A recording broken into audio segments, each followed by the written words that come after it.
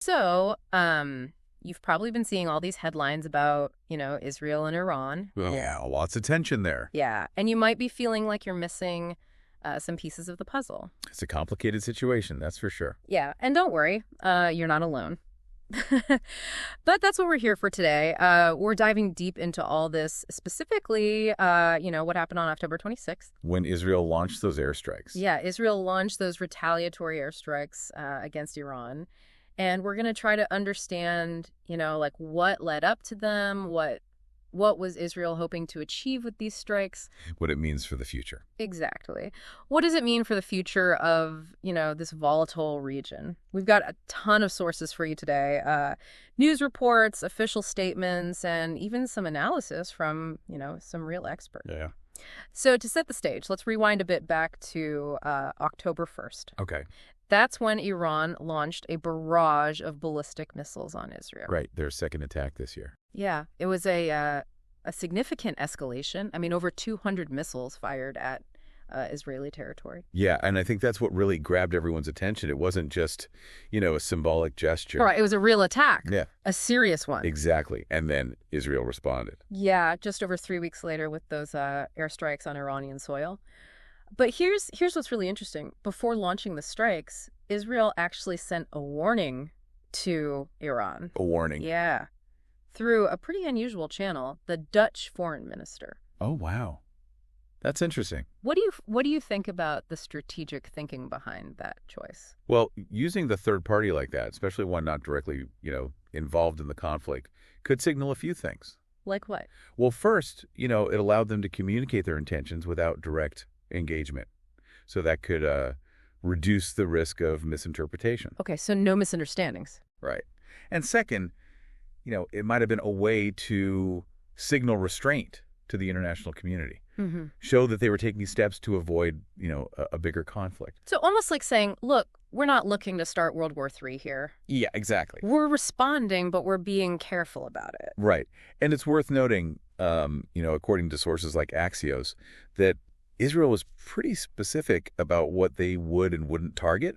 They made it clear they were going after, the military facilities tied to those missile attacks on Israel. Okay. But they were avoiding things like nuclear facilities or oil facilities. Sensitive targets. Exactly. So it seems like they were deliberately trying to limit the scope of the conflict. Trying to prevent a more drastic, response. Right. And that distinction is crucial when you're talking about that region. Yeah. That balance of power there. Yeah. So, okay, let's talk about the targets themselves. The IDF, the Israeli military, stated that they hit air defense batteries, ballistic missile manufacturing sites, and other military installations. What kind of impact would those strikes have on Iran's military capabilities? Well, hitting those air defense batteries, that weakens Iran's ability to, protect itself from future airstrikes, which makes sense, right? Yeah. Given the recent missile attacks. And targeting the missile manufacturing sites aims to disrupt their ability to make and stockpile those weapons. Okay, that makes sense. And hitting other military installations, it just sends a broader message. Of strength. Exactly. So basically, Israel focused on, undermining those specific tools that Iran used in the attack on them. Right. But also demonstrating that they can hit them. Exactly.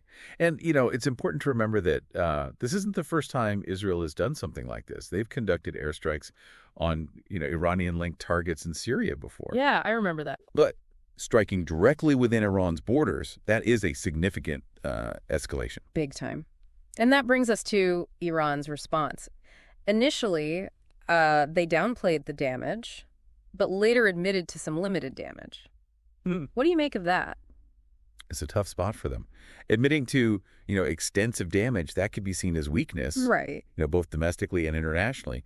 They have to balance the need to project strength, with the reality of the situation on the ground. It sounds like classic saving face. Yeah, I think so. They can't completely deny it happened, but they also don't want to appear, vulnerable. Makes sense. Their actions might also reflect, internal debates within the government. Some might favor a more measured response, Right. while others might be pushing for a more forceful retaliation. So we've got Israel conducting this calculated retaliatory strike, Iran trying to figure out how to respond, and the whole world is kind of holding its breath to see what happens next. Yeah, it's a tense situation. It really is. It's like a powder keg, And it absolutely is. And understanding the regional dynamics and, the history of this conflict, it's crucial to really understanding what's going on. Right. We need to go beyond just the headlines and really dig into the, motivations and potential consequences. And that's exactly why we're here, right? To break all of this down piece by piece. Exactly. Help people understand what's really going on. So you can understand what's really going on. When we talk about Israel and Iran, Yeah.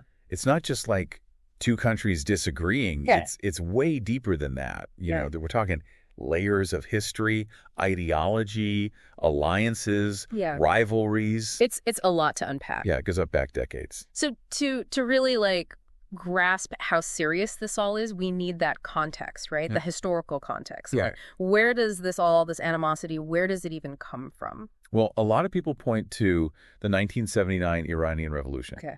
That's when the current Islamic regime came to power. And they view Israel as an illegitimate state, a Western implant, right in the heart of the Muslim world. And so they've supported groups like Hezbollah, Hamas. Exactly. Groups that have a history of armed conflict with Israel. So it's bigger than just territorial disputes for Iran. Oh, yeah. It's about ideology, pushing back against Western influence, supporting groups that, challenge Israel's existence. And for Israel, it's about survival. Exactly. Seeing Iran's nuclear ambitions, the missiles, the support for armed groups, they see it all as a direct threat. Right. I mean, they've said it outright. They won't tolerate a nuclear-armed Iran. And they've taken action in the past to sabotage Iran's nuclear program, too. So both sides feel like they're fighting for their very existence. Yeah, each action is seen as an existential threat. Which is what makes this current escalation so worrying, right? Absolutely. It's not just missiles back and forth. It could spiral. It could easily spiral out of control, pull in other countries. A wider conflict. Exactly. Okay, so let's shift gears a bit. Okay. What are the most likely outcomes here? Well, best case scenario, and it's probably a fragile one, is that they both de-escalate. Maybe some quiet diplomacy through, intermediaries. The European countries, maybe? Yeah, European countries, maybe some Gulf states. Okay, so not a peace treaty or anything. Yeah, I don't know. More like an unspoken truce. Just step back from the brink. Yeah, buy some time, prevent things from spiraling. But the reality is, we could see more of these tit-for-tat attacks. Well, that's definitely a possibility. Iran might feel like they have to respond, right? Yeah, to show they won't be bullied, to appease hardliners back home. And then we're back where we started, but with the stakes even higher. Exactly. Each attack ratchets up the tension. The risk of miscalculation just goes up. Yeah, and it's harder to find a way back. And there's other stuff going on too, right? To make it even more complicated, All right. the conflict in Gaza. Yeah, that whole region it's a powder keg. How could this escalation with Iran, how could that impact Gaza? Well, Hamas, who controls Gaza, they're backed by Iran. Right. They might see this as an opportunity. Well, Israel's distracted. Yeah, we could see more rocket attacks from Gaza. Oh, man. So Israel's dealing with Iran and then having to deal with Gaza at the same time. Exactly. Multi-front conflict, stretched thin. It's chaos, yeah. It really highlights how interconnected all these conflicts are. One thing leads to another. Yeah, it's a web, alliances, rivalries, interests, all tangled up. So lots of potential for things to go wrong. What should we be watching for? What are the red flags? One big one is attacks on civilians.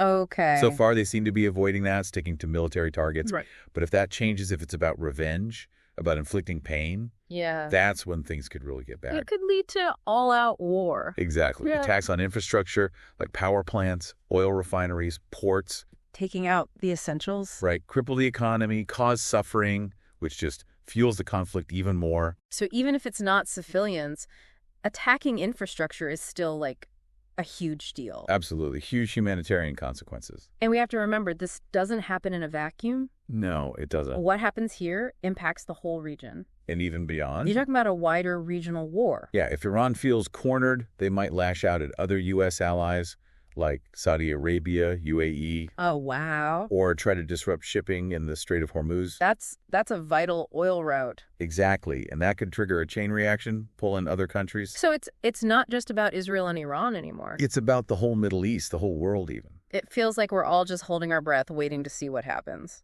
It is a tense time, and the stakes are high. It's a lot to process, to be honest. I know, it is complex, but that's why it's important to stay informed. Right, to understand what could happen. Exactly. The history, the dynamics, the potential outcomes. Knowledge is power. Absolutely. It helps us make sense of all this. All right, so we've talked about how tense things are, how this could escalate.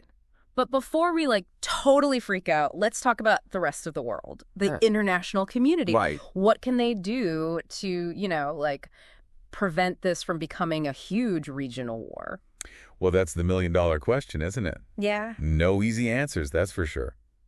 But there are definitely some players who could, try to steer things in a better direction. Like who? Well, the U.S., obviously. Right, big ally of Israel. Exactly, and they've got a lot of interest in the region.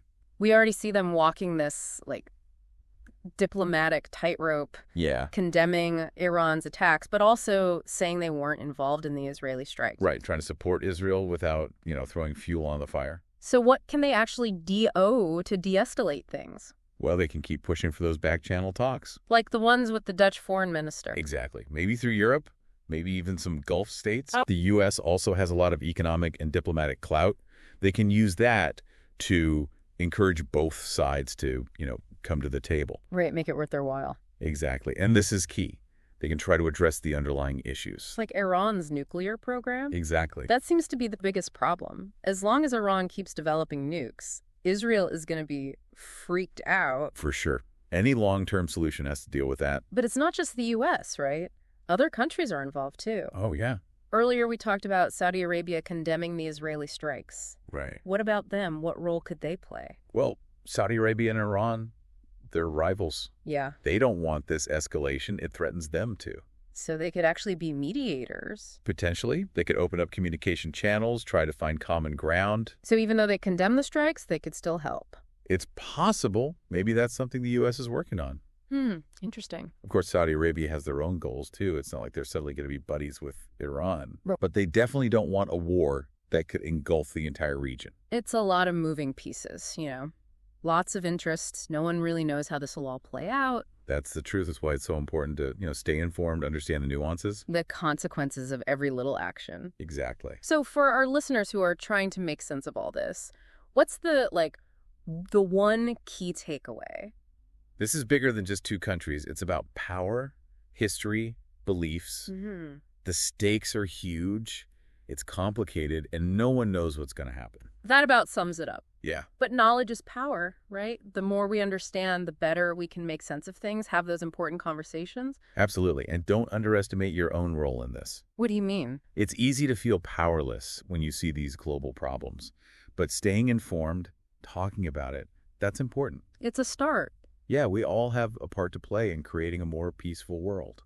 That's a good point. It's easy to get overwhelmed, but we can make a difference. Well, that's about it for our deep dive into, the aftermath of Israel's airstrikes on Iran. Yeah. We've covered a lot, the history, the current situation, what might happen next, what other countries are doing. And what individuals can do. Right. Stay informed, stay engaged. It's complex, no easy answers. But hopefully this is giving you some insight, some context. We'll keep following the story and we'll keep you updated. Absolutely. So until next time, stay curious, stay engaged, and stay hopeful.